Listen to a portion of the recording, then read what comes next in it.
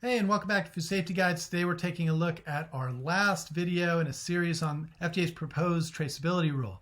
All right, now here's the tool I was referring to earlier. This sort of maps out the requirements for what kind of records you're going to be maintaining. So if you're a first receiver, let me move myself over here.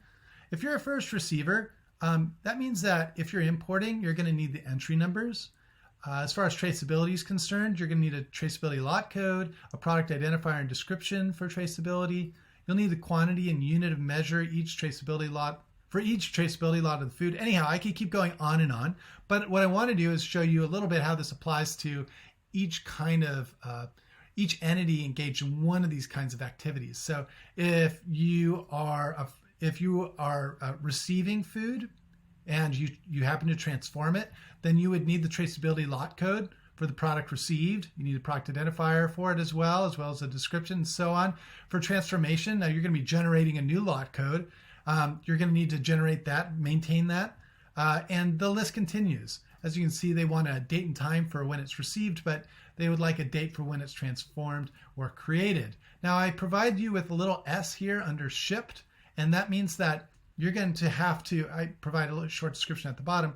This means you must send records in electronic or other written form containing the information indicated to the immediate subsequent recipient, other than a transporter, of each traceability lot that you ship. So look out for those S's. Now, if you're a grower, there's not a lot that might apply to you just for the sake of growing. But if you're growing and you're shipping your product, just be aware that multiple columns may apply to you.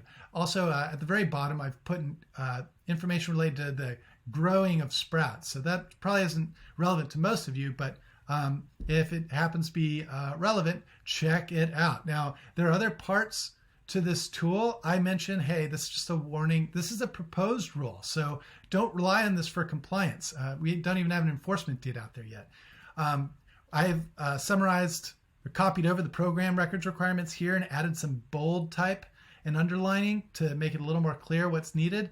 And then for retention, I copied over the retention requirements too, and I played around also with its format. I hope this is useful for you, and if you have any questions or comments, be sure to drop them, and thanks for watching.